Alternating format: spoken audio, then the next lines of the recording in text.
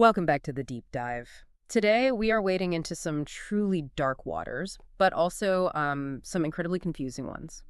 We're talking about a man responsible for one of the most brutal regimes of the 20th century, yet, for the longest time, the people suffering under his rule didn't even know his name. It's a study in invisibility, isn't it? Yeah. We're talking about Pol Pot, the leader of the Khmer Rouge. Right. But to really understand him, or to even try to, you have to get beyond the simple caricature of a monster. You have to grapple with the fact that Pol Pot was barely a person for much of his life. He was a ghost, a shadow. Exactly. I was reading through the source materials, and the thing that just jumped out at me immediately was this obsession with identity, or maybe the complete lack of it. Before the world knew him as this tyrant, he was just nothing, or he was everything, you know? It's like trying to catch smoke. That's a perfect way to put it. To the Cambodian people during the genocide, he wasn't a man with a face or a backstory. He was Angkar. The organization, just this faceless, all-powerful thing. The organization, yes.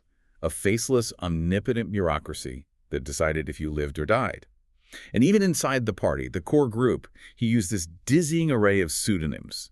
It wasn't just one or two aliases for security. No, it was a whole list. It was. He was Pook, he was Hay, he was Paul, which is where the final name comes from. But he was also just numbers, 87, 99, or these strange familial titles, great uncle, elder brother, first brother, and then others, like Fem. It's like he was deliberately trying to erase himself while simultaneously controlling everything. It sounds exhausting, honestly, just trying to keep track of who you are supposed to be on any given day. And it goes right back to the very beginning. His birth name, Salath Sar, feels like a completely different person. And get this, even his birthday is up for debate. It is. The French colonial records, which are usually pretty meticulous, say May 25, 1928, but his main biographer, Philip Short, argues it was actually 1925. Which is just perfect in a really dark way. It fits perfectly, doesn't it? For a man who built a regime on total secrecy and paranoia, it's only fitting that we can't even pinpoint his exact arrival in the world. It sets the stage for everything that follows. If you can't even pin down his birth, how on earth can you pin down his motives? So here is our mission for this deep dive. We aren't just going to list the atrocities, though we absolutely have to talk about them. We can't look away from that. But we really want to try to figure out how this guy, who by all accounts was a mediocre student and a soft-spoken, even genteel teacher, ended up orchestrating one of the most radical and brutal social experiments in human history. It's the ultimate question of mechanism, right? How do you actually go from a classroom to the killing fields?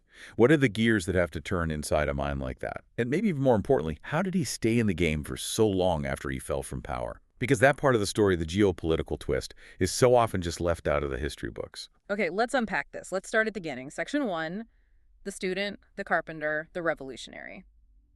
Because the myth Pol Pot built for himself was that he was a man of the people, right? He wanted everyone to think he just rose up from the mud. Oh, absolutely. That was central to his persona. He claimed in a 1977 interview on Yugoslav television, of all places, that he was from a poor peasant family. It was part of the brand. Authenticity was currency in the communist world, you know. You had to have the right credentials, the right class background. Exactly. But the reality, as the source material shows so clearly, was starkly different. Yeah. Poor peasant seems like a bit of a stretch when your dad owns 9 hectares of rice land and draft cattle. That sounds like a pretty comfortable setup for Cambodia at that time. It was more than comfortable. It was prosperous. He was born in Prikspov to a prosperous farmer. His family's house was one of the largest in the village. They didn't just work the land themselves. They hired their neighbors to do the hard labor during harvest. He wasn't the downtrodden worker. He was from the employer class. So he grew up with this level of privilege that he would later try to completely scrub from his own history. He had to. His entire ideology was based on destroying that class. But the connections go even higher up the social ladder than that. This is the part that's really stunning. He had a direct line to the royal palace. This blew my mind. He wasn't just a rich farmer's kid. He was connected to the very monarchy he would eventually help dismantle. He was. His cousin, a woman named Meek, was a royal consort to King Sisawith Moniang. And Salath Sar, the boy who had become Pol Pot, actually lived in the royal palace compound for a while as a child. Wait, he lived there? In the palace grounds? He did. He was surrounded by the very elite, the opulence, the rituals that he would later vow to completely annihilate. The sources even mention he had some of his earliest sexual experiences with the king's concubines there. He was swimming in the deep end of the royal pool, so to speak. That creates this incredible tension right from the start, doesn't it? He's adjacent to royalty, living in the palace, yet he becomes the face of this radical peasant revolution. Do you think this is a case of him rejecting his upbringing, or was he always sort of an outsider looking in? I think it's very much the latter. He was close to power, but he wasn't of power. He was a spectator, he saw the luxury, he saw the rigid class structure, but he was always the cousin, the visitor from the provinces. And that theme of not quite fitting in, of not quite measuring up, continues with his education. Right, because he wasn't some intellectual heavyweight. Not at all.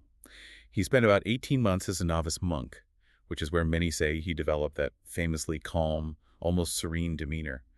But academically, he struggled. He went to a good Catholic primary school, the École Michel, but he was held back 2 years. He wasn't a gifted student. So he's seeing all the success and power around him in the palace at these elite schools, but he can't quite grab it for himself.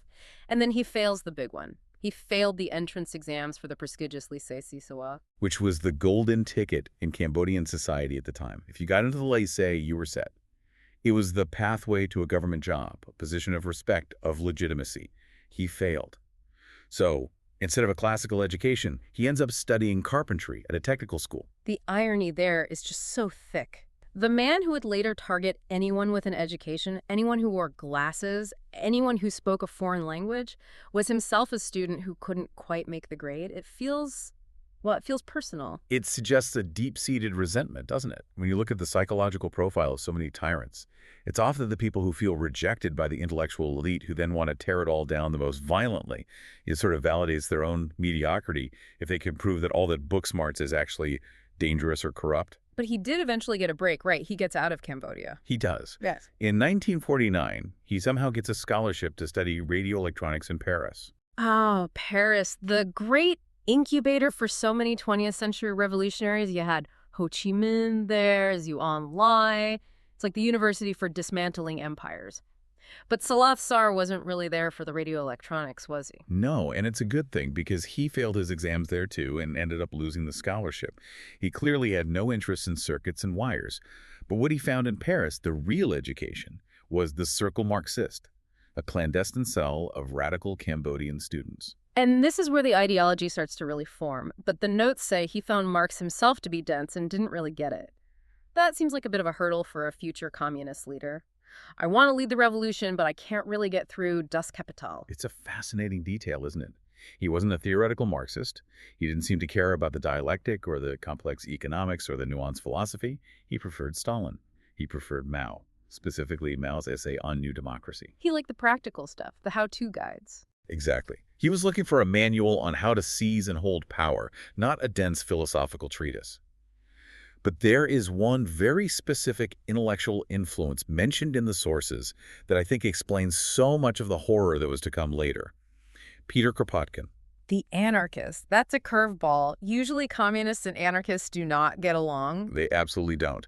But Pol Pot read Kropotkin's book, The Great Revolution, which is about the French Revolution. And the takeaways he got from that were terrifyingly simple. He ignored all the anarchist utopia stuff and he focused on the method. He came away with two core beliefs. One, a successful revolution requires an alliance between intellectuals and the peasantry. Okay, that makes sense. And two, and this is the crucial one, a revolution must be carried out without compromise to its absolute final conclusion. Without compromise. That phrase just sends a chill down your spine. That seems to be the key to the whole lock. That was the lesson he learned. If you stop halfway, you fail. If you show mercy, you fail. If you let the king live, he comes back. That idea of total revolution, of taking it further than anyone else had ever dared, that planted itself in his mind in Paris.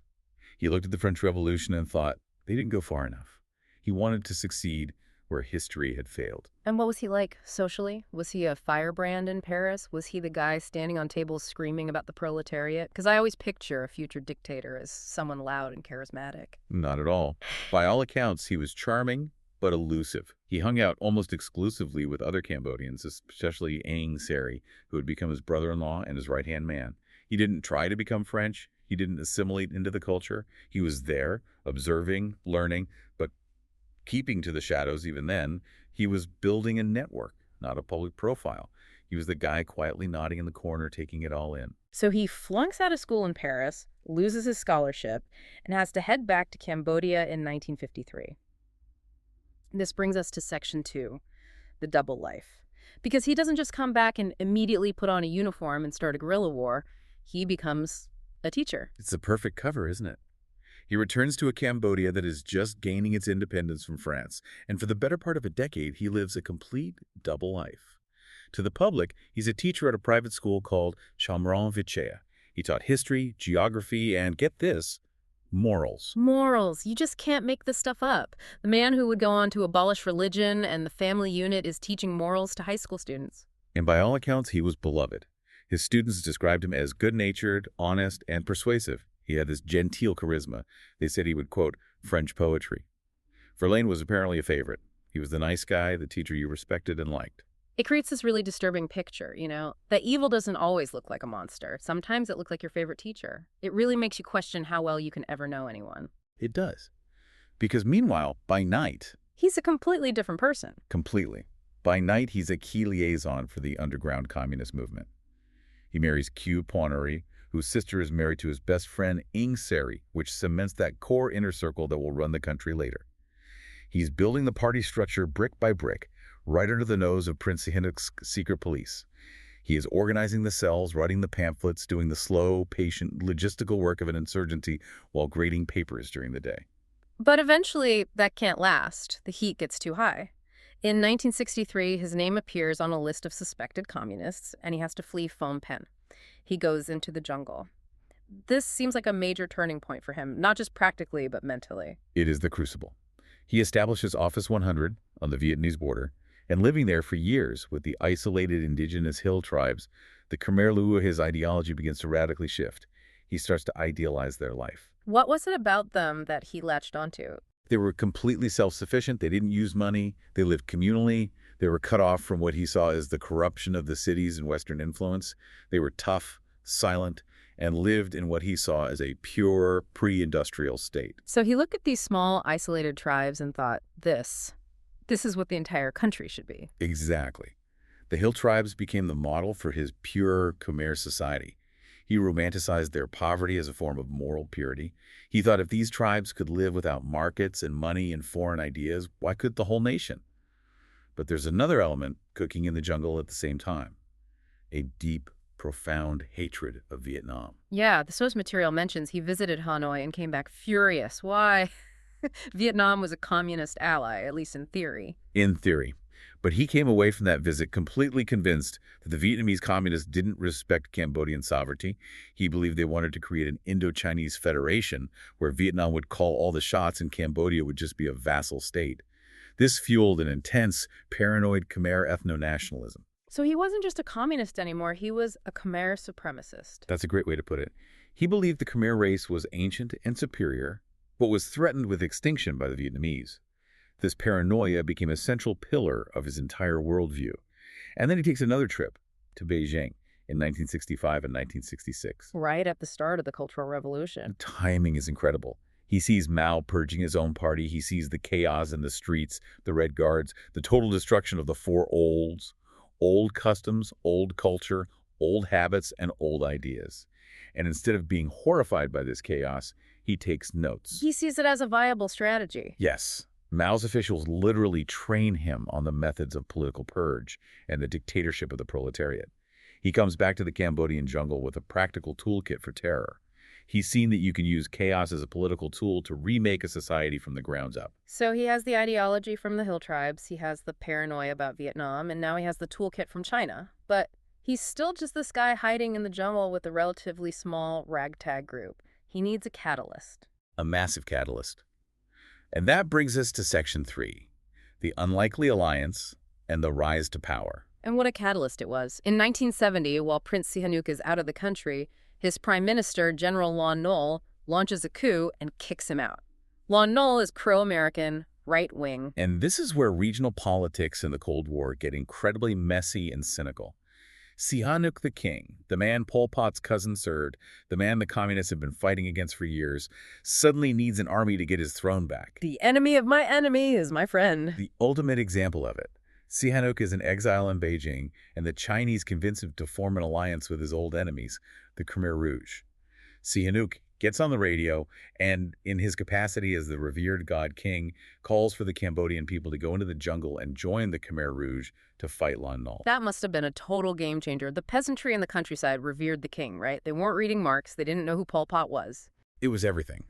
It was the single greatest gift the Khmer Rouge ever received. The peasants loved the king, so they enlisted in droves to fight for the king. They thought they were restoring the monarchy, but they were actually being funneled directly into Pol Pot's army, which he kept hidden in the shadows.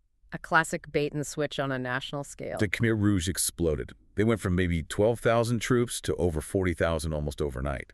And while all this is happening, you have another major factor pouring gasoline on the fire. The American involvement, the bombing. You can't really explain the recruitment numbers without that context. You absolutely cannot tell this story without it. The U.S., under Nixon and Kissinger, began a secret massive bombing campaign in Cambodia. They were trying to hit Vietnamese supply lines, the Ho Chi Minh Trail, but they ended up decimating the Cambodian countryside. The numbers are just staggering. The U.S. dropped 3 times as many bombs on neutral Cambodia as they did on Japan in all of World War II. Let that sink in. 3 times the tonnage on a small agricultural country that wasn't officially at war with the U.S. It completely destabilized the entire rural society. And for Pol Pot, it was the greatest recruitment poster he could have ever asked for. He can just point to the sky. He could point to the sky and say, "Look what the foreign imperialists and their puppets in Phnom Penh are doing to you. Only we can protect you." Every bomb that fell created fresh hatred, fresh grief, and fresh recruits for the Khmer Rouge. It validated his entire narrative that the outside world was evil and had to be rejected. So you have the king's endorsement pulling people in from one side and the U.S. bombing pushing people in from the other. It's a perfect storm. It is. The Civil War rages for 5 years, and by April 17, 1975, Lon Nol's regime collapses, and the black-clad soldiers of the Khmer Rouge march into the capital, Phnom Penh. And what was the mood like? What was the reception? Initially, the people cheered. They were exhausted by war and starvation. They thought peace had finally arrived. There are photos of soldiers riding on tanks, people waving flags. There was this huge collective sigh of relief. But the betrayal was immediate. It wasn't weeks later. It was right then, that same day. Immediate and total. Within hours, the order comes down over loudspeakers. Evacuate the city. All of it. 2.5 million people. And the pretext they used was a lie, wasn't it? They told people the Americans were about to bomb the city. A complete fabrication. They told people, don't pack anything. You'll be back in 3 days. They said, just lock your doors. But the reality was a death march into the countryside.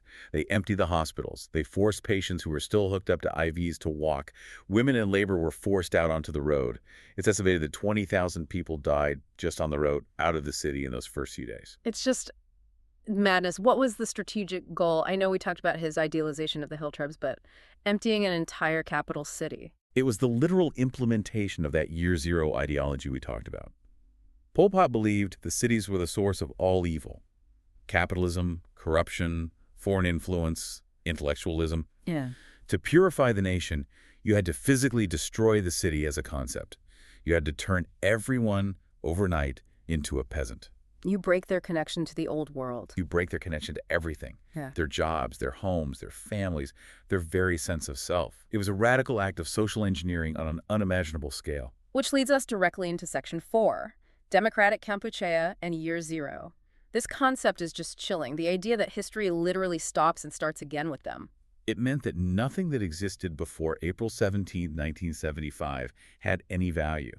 Culture, tradition, family ties, religion, all of it had to be erased. They abolished money. They blew up the national bank with dynamite just to show that money was worthless. They abolished markets. They abolished private property. Even the concept of the individual was attacked. Right. I remember reading, they even changed the language. You weren't allowed to say I or me. You had to say we or us. Yes. And they classified the entire population into 2 groups. If you were a peasant from the countryside who had been under their control before the victory, you were an old person or a base person. You were considered politically pure and therefore more trustworthy. But if you were from the city... If you were from the city, if you were a teacher, a doctor, a mechanic, an artist, or just someone who happened to live in Phnom Penh, you were a new person. And new people were seen as tainted by the old world. And they were completely expendable. Completely. The famous Khmer Rouge slogan was, "To keep you is no profit, to destroy you is no loss." That has to be one of the most terrifying sentences in human history. It just reduces a human being to a unit of production. If the unit is faulty, you just discard it. It sums up the entire regime perfectly. Human life had no inherent value. Your value was determined solely by your ability to work in the rice fields. You were a tool, and if the tool broke, you threw it away. They forced everyone to wear the same black clothes and red and white checkered krama scarves to erase individuality. I even went after the family. The family was seen as a competing loyalty to Angkor. So children over the age of 7 were often removed from their parents to live and work in communal units where they could be indoctrinated. Love was a bourgeois sentiment. Your only loyalty was to the organization. And this all fed into this grand economic plan, the super great leap forward. Pol Pot had these completely delusional goals for rice production. Delusional is the only word for it. He wanted to achieve 70 to 80% farm mechanization in 5 to 10 years. He demanded a national rice yield of 3 tons per hectare. Which was triple the average yield. At least. It was physically impossible without modern fertilizer and machinery, neither of which they had because they'd cut themselves off from the entire world. They were trying to farm using medieval methods but demanding superhuman industrial output.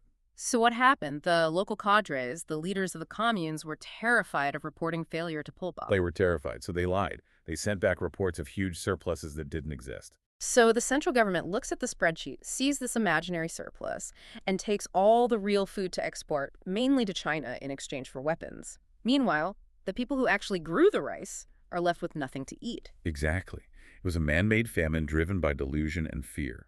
The cadres would let their own villages starve to death rather than admit to Angkor that they had missed the impossible quota. People were literally dying of starvation in what should be the most fertile rice fields in all of Asia. And fear was the primary currency of the state. We have to talk about S-21. Tool slang. S-21 is the dark heart of the regime. It was a former high school in Phnom Penh that they turned into a torture and execution center. Between 15,000 and 20,000 people are known to have entered S-21. Only a tiny handful, maybe a dozen, survived. And the haunting thing is that they kept meticulous records, the photographs, the forced confessions. It's chilling. And these weren't just new people being sent there, right? A huge number of the victims at S-21 were loyal party members. That's the mechanism of the terror we talked about at the start. Pol Pot was obsessed with rooting out internal enemies. He was convinced the CIA, the KGB, and especially the Vietnamese had infiltrated the party at every level. He purged his own ranks again and again and again. So if a rice harvest failed, it couldn't be because the plan was bad. The plan could never be bad because Angkor is perfect. It had to be sabotaged by a hidden enemy. So you arrest the local leader, send him to S-21, torture a false confession out of him, usually these ridiculous stories about being a CIA agent since childhood, and then you execute him and his entire family. The details of the brutality in the sources are just. They're hard to read. It wasn't just clinical execution. There are accounts of peasant cadres eating the livers of their victims or using fetuses as magical talismans. It sounds like a complete descent into absolute barbarism. It shows what happens when you strip away every single rule of society, all law, all religion, all morality, and you replace it with this brutal, paranoid survivalism. You unlock something primal and horrific in people. And the leadership knew about these atrocities, the liver eating, the insane brutality, and they did nothing to stop it. Pol Pot's philosophy was always, it is always better to go too far than not far enough. That no compromise lesson he learned in Paris, it's just haunting how that one abstract idea rippled out to cause so much concrete suffering. Precisely. He viewed mercy or hesitation as a weakness that would doom the revolution. He would rather kill 10 innocent people than risk letting one single enemy escape. But in the end, that paranoia, especially about Vietnam, led to his downfall. He just couldn't leave them alone. No. His Khmer ethno-nationalism wouldn't let him. He kept launching these incredibly bloody cross-border raids into Vietnam, massacring thousands of civilians. He thought he could bully his much larger neighbor.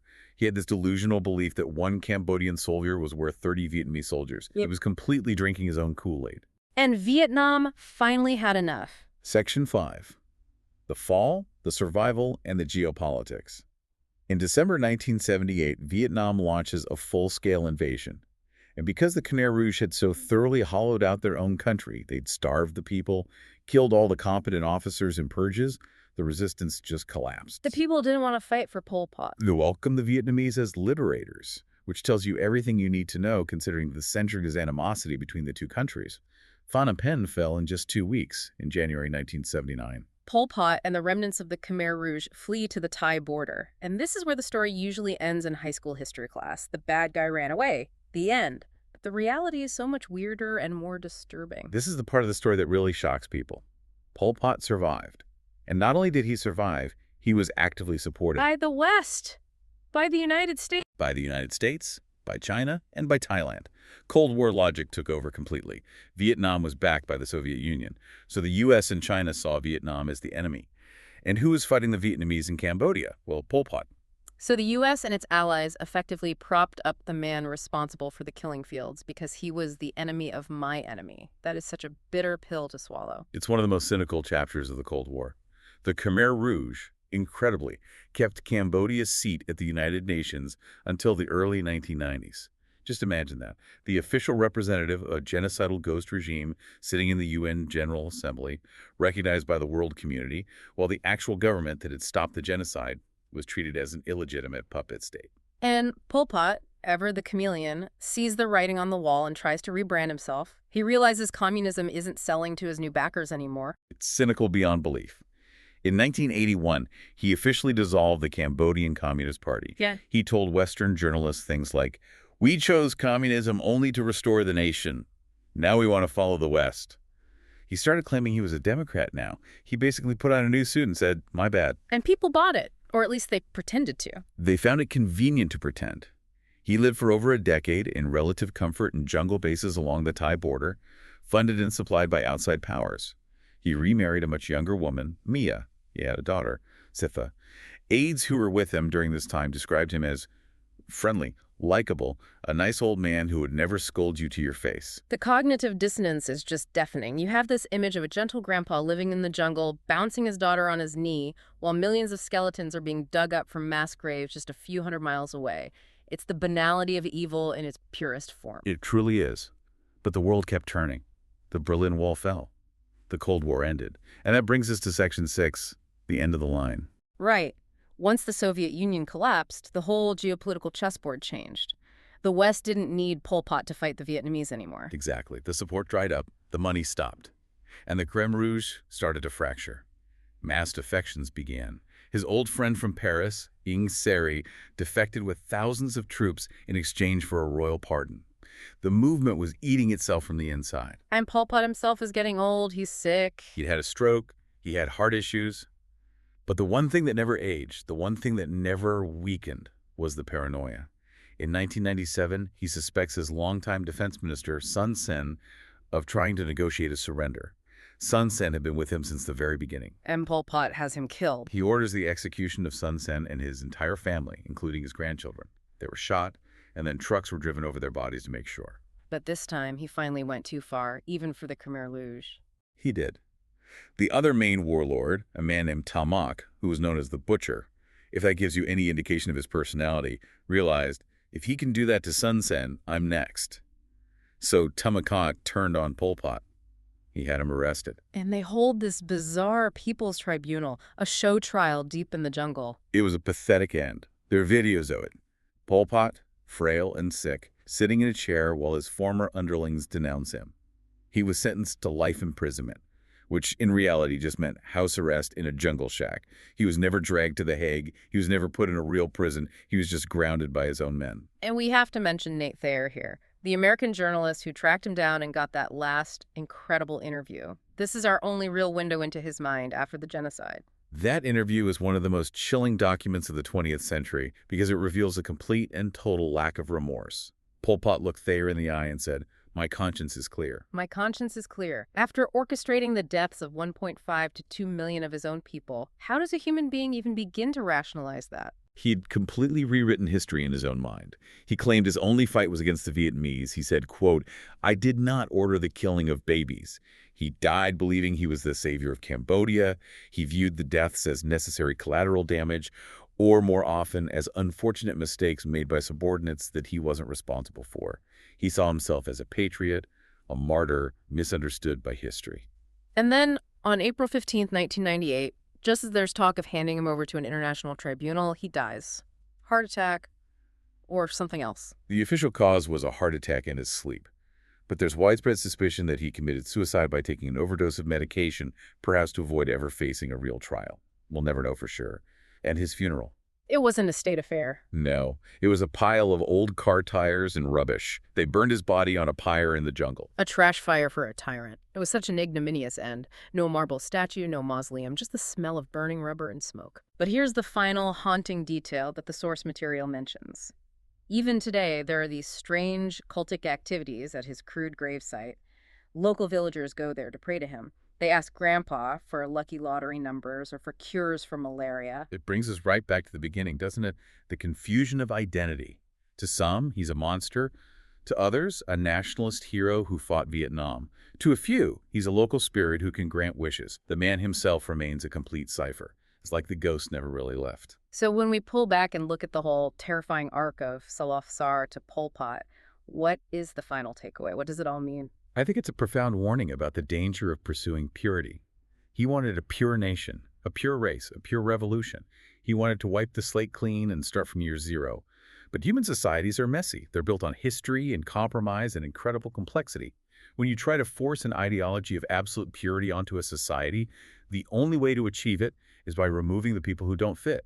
And eventually you find that no one fits your perfect model, not even your closest comrades. He loved French poetry, he was a soft-spoken teacher, and in his own mind, he wanted to make his country great. And that is the terrifying paradox.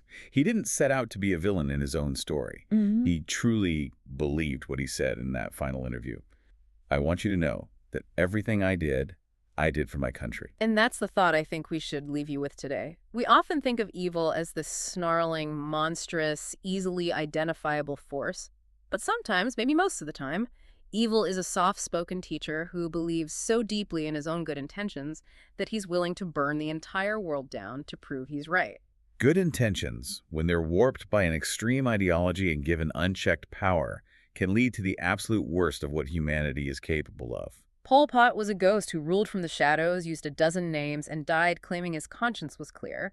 And that central mystery might be the scariest thing of all. Indeed. Thanks for diving deep with us. We'll see you on the next roll.